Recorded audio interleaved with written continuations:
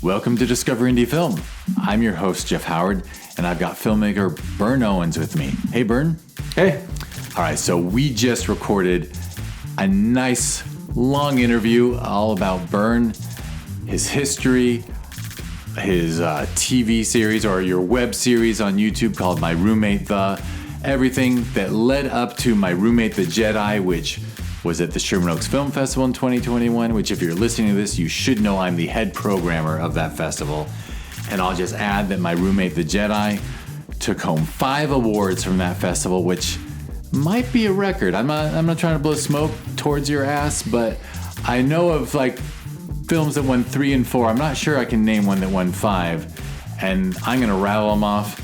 The Grand Jury Prize for Best Short Film Sci-Fi, Audience Award for Best Short Film Sci-Fi, Filmmakers Awards, and that's the one given out by a jury of your peers, of other filmmakers who've had films at the festival. They gave you Outstanding Director for Sci-Fi. They gave you Outstanding Screenplay for Sci-Fi, and of course you directed and wrote those. Your name's on there. And then Outstanding Performance by a Cast for Sci-Fi. So there you go. 5 motherfucking awards at one little festival. Damn. Feels good. And Thank you. That is the introduction, besides the fact that I'll add that you should watch My Roommate the Jedi as soon as you can by going to Amazon Prime Video, type in Discover Indie Film, go to Season 6. I'm pretty sure I'm thinking it's episode 5, but by the way, it's a fucking brilliant episode because there's 3 films in it, and it starts with Of Crumbs and Dreams, which is, I think it's about 2 minutes, but it's an animated film about an ant who fights the powers that be, which I guess would be the queen ant. And then right in the middle is a rad little lo-fi sci-fi film called EP that's actually like the pilot episode of a web series that, just like you, this guy came up with the film and he did the whole damn thing himself, like learned how to animate it, did a cool process. That's rad. And then the third film in that episode is My Roommate the Jedi. So you actually get 3 motherfucking great movies. Yeah. For 99 cents, or you could be really smart and spend $7.99 on all of season 6 and enjoy all 20 films. I can promise you they're great. And if you don't like it, yell at me on social media. Come at me, troll me. I'm game. So that's the introduction. Now we're not going to talk about Byrne's film, his history, all that stuff. We're going to talk about movies, and he's going to answer the Discover Indie Film 4 questions, which are favorite films of all time, an underrated film, an overrated film, and a lesser known film that people should seek out. My intro was 3 minutes and 15 seconds. Now I'm shutting up. You can actually start with any question you want, but we normally start with favorites. I think just because I kind of answered them backwards in my head just now, I think the lesser known film that a lot of people should see that was kind of like an intro for me into just really good storytelling was Waking Life.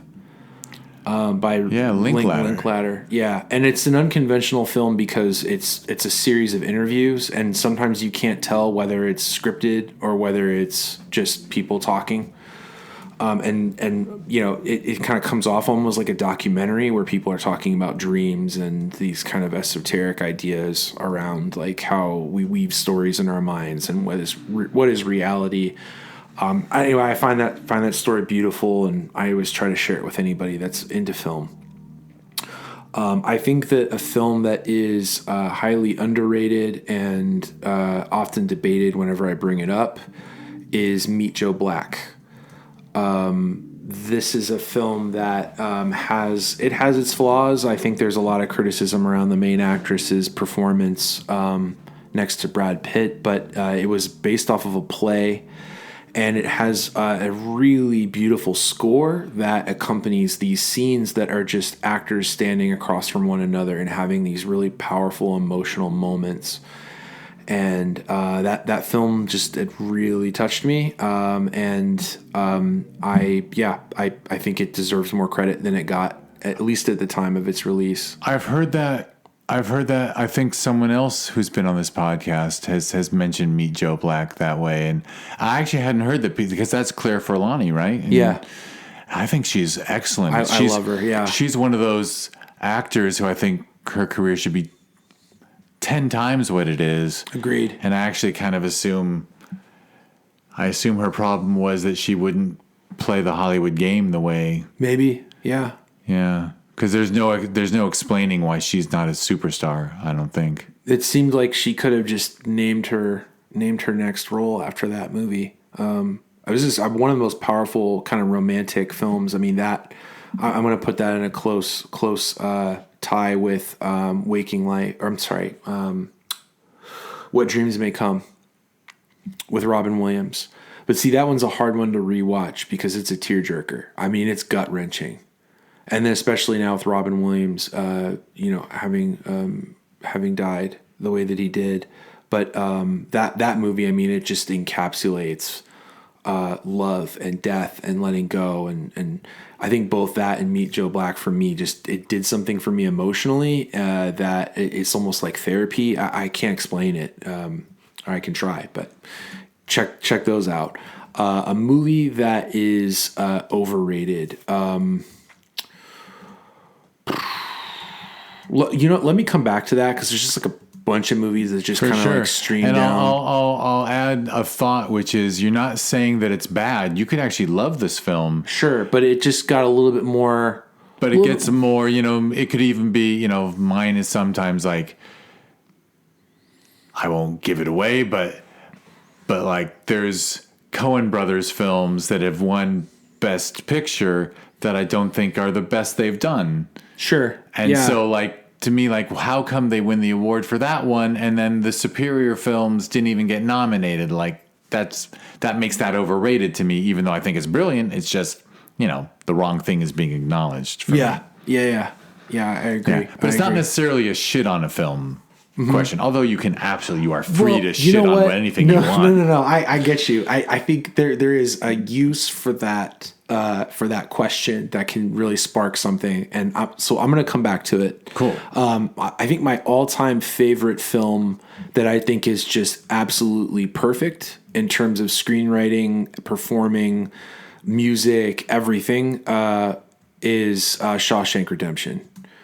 I even used it as a metaphor in describing how I felt when I was editing My Roommate the Jedi. There was this sense that I was in a prison cell and I was digging my way out with a spoon with the resources that I had, and there was actually even no real guarantee that I was going to get out.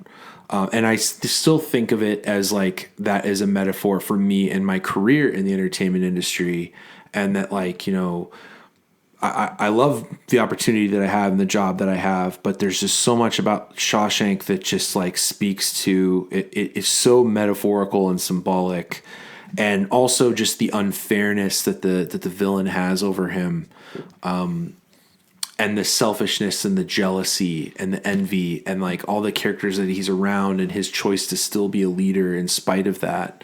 His choice to still try and find the good in all of it, to try and talk the guard into giving everybody beer in an afternoon, like his just constant trying to enhance his life and enjoy it in spite of everything is just a really beautiful story to me. And every time I watch it, I really do almost try to find like, is there a scene in this that it just doesn't resonate, that just felt like they could have cut it, and I can't find that with it.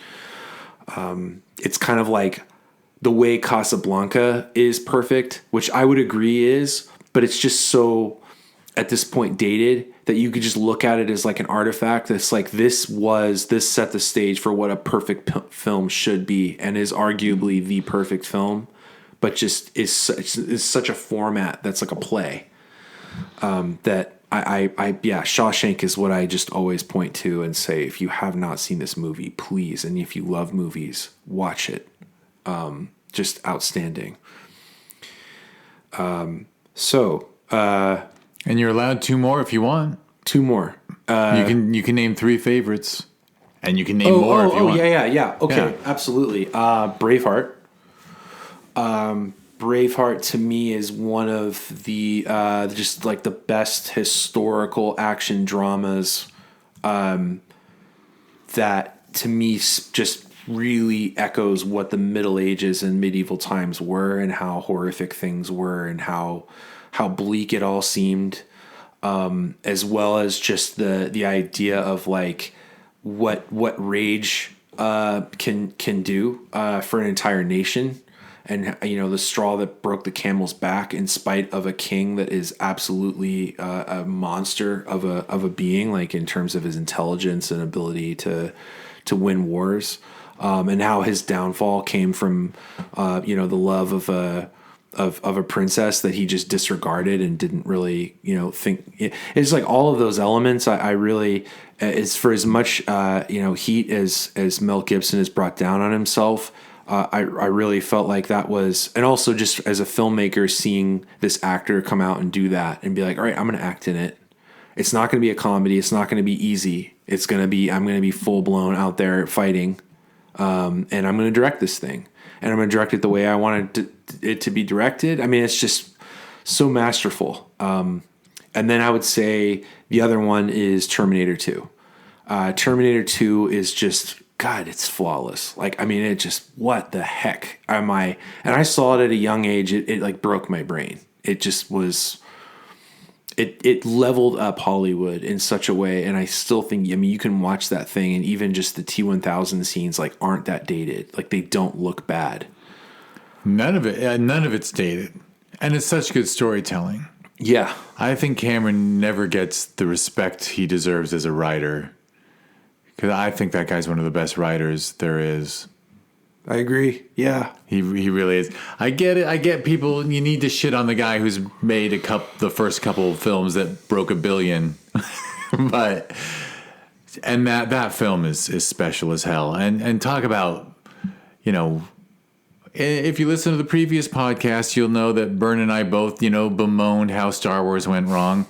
And, the first Terminator film was his baby. And then he got to make a sequel, and he took it a step further and better in every way. Like, has there ever been a sequel that was that superior to the first? Yeah. Yeah. I mean, and what's so funny is because it echoes so much of what the first one did, it kind of retells it, but like in this really cool, like, well, that's how time works. Like, that's what time travel is. And that's what, that's what fate means, and all this great symbolism underneath it all, and then the humanity of the Terminator, and how, like, does AI bring down itself? Like, should we really actually be afraid of AI? Is it eventually just going to defeat itself because it finds humanity within itself? I mean, yeah, there's just all of those pieces, and then just like his attention to detail and all of his action, and how well paced it is. Like, God, good for him. And I know the world kind of sees him as like the Steve Jobs of filmmaking, and I'm sure he is to a degree. And I'd like to think that I could get to where he is with his enthusiasm, but not be an asshole when I get there. But then it's like, I don't know, like, but he's driving this thing that is meant to be, that it's supposed to hit all of these marks. We'll see what happens with Avatar. I'm curious. Yeah, me too. I'm going to sound like an even bigger Cameron apologist, but in spite of all the asshole reputation, my understanding is that most of his crew has been with him for 30 years. Yeah. If you do a good job, and if you bring something to the work, I think he respects everyone. I believe it. And I just think it's, if someone fucks shit up, he can't handle it. But, Sigourney Weaver doesn't take shit from anyone, and she keeps working with him. Yeah. And not to mention all the crew. So yeah, I find it, I'm hopeful that Avatar doesn't let me down. I thought the first Avatar was great. So yeah, I did too. Yeah. I think the 3D was a bit tough on the eyes, but what? I never saw it in 3D. Yeah. It was. Oh, maybe no. Of course I did. It had some really great 3D moments, but I think I wish I'd seen it just on a regular screen. it's a good story. Like, and I know it's Fern Gully, it's Last of the Mohicans, it's Last Samurai, but I have my cheeky comeback to everyone who says it's Pocahontas. oh, Pocahontas, Blue Pocahontas. I go, yeah, because remember how Pocahontas was about a quadriplegic or a paraplegic soldier who gets to live again through virtual reality? Yeah, that was in Pocahontas, right? Like, there's a lot of original shit in that film. I don't have a problem with. I honestly don't have a problem with people retelling. There's formulas, right? My wife, she loves these period piece dramas of like the Victorian era and it's kind of the same story. It's like a love triangle. Like, love stories tend to just pull from like 5 or 6 different like dances, right? There's like the two lovers. There's the the forbidden love. There's the unrequited. I mean, there's like you can go, but if you criticize we're not trying to reinvent the wheel. We have characters that are going through the human dance. And one of them includes, I'm going to fall into this tribe and I'm going to realize that I was on the wrong side the whole time. Like, that's a great story. And I hope they keep telling it for all the filmmakers out there listening. Okay. Let's go back to overrated. And I think that Tenet needs to be talked about more, because I really want to believe that thing is brilliant, but I cannot for the life of me find it. And that's aside from the fact that I can't understand a single thing that's being said, and I really need to rely on subtitles. But I just felt like Christopher Nolan, maybe he needs his brother back. Like, maybe he needs to be reined in. I'm curious to see what happens with Oppenheimer. I'm sure it'll be amazing. I'm sure it'll be great. But it's just like, I was really looking forward to Tenet, and I think COVID kind of screwed that up a bit. But it got a lot of hype, and it got a lot of love from Nolan fans. And I think that if there wasn't all of these great Nolan movies leading up to it, I just don't think it would have. Done well at all. I can't respond because I'm one of those people who I kind of consider myself a Nolan fan. I love a lot of it intensely, and I've never sat down to watch Tenet. I've actually had a screener of Tenet from when it was first up for awards or whatever, and I can't convince my wife. I'm like, do you want to watch the film that everyone says is kind of disappointing? Like it's just not in this era of billions of films to watch every night and TV series to binge every night. Like, how am I going to sell her on? Let's sit down and let's make ourselves watch Tenet finally. Like, it's time to watch Tenet. Like, I want to be confused and not get it, and maybe I will get it. Maybe we'll read up on it. I don't know, but yeah, I have not been able to make myself watch it. I'll have to watch it alone, I guess, because I can't torture her with it. It's not completely absurd. Like, it's not so unintelligible that you're just going, what am I watching? It's not that. It's actually, I think that's what's frustrating, is that there's just enough to be like, God, is this brilliant? Am I stupid? What, like, yeah, fire your sound guy. Fine. Let's shelve that problem that it happened. But, and I think Nolan actually has a problem with his sound people maybe he has a sound issue, because I would say all of his films suffer from a little too much, as I move away from the mic, a lot of too much, loud music and explosions and dialogue just being like really, really low.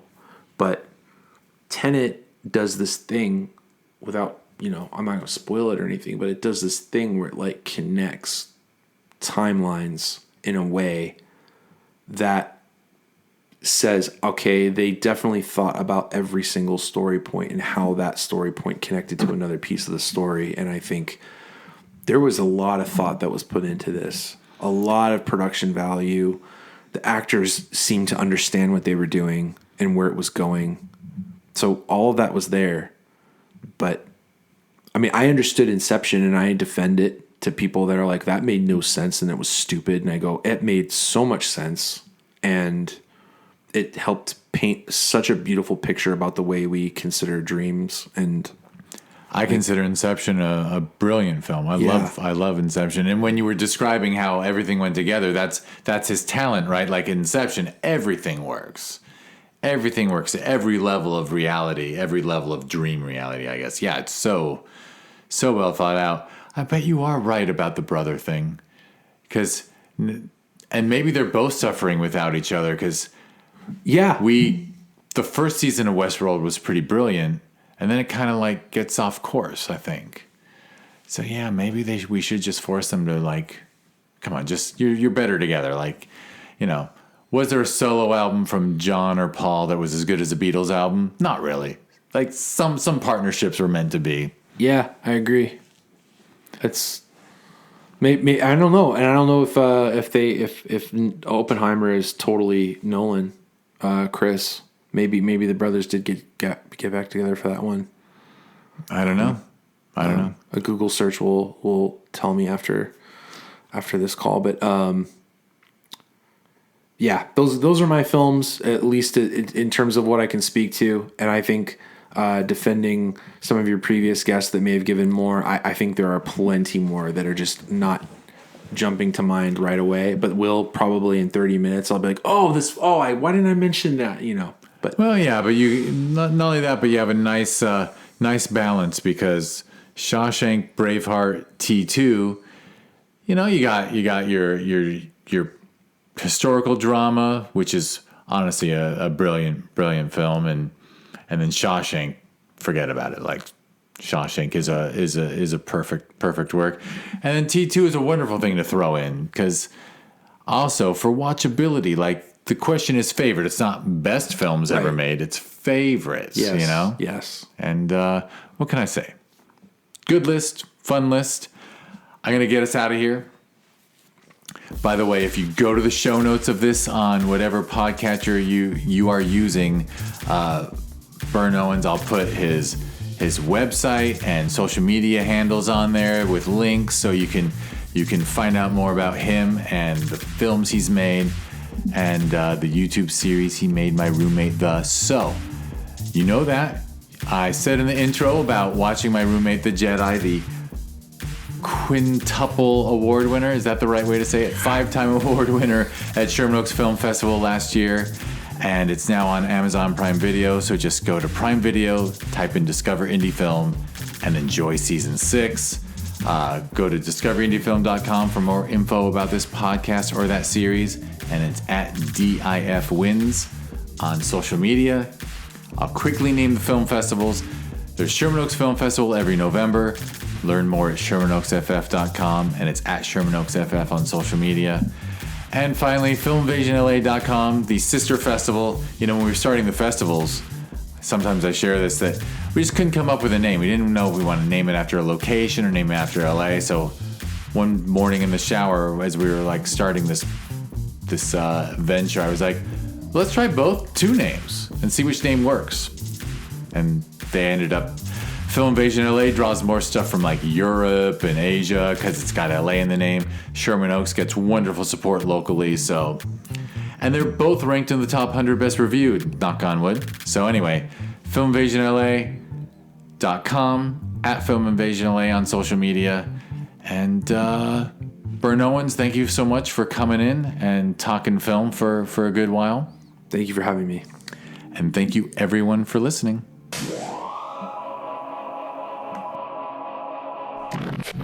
Hey, it's Jeff. I'm back for an addendum.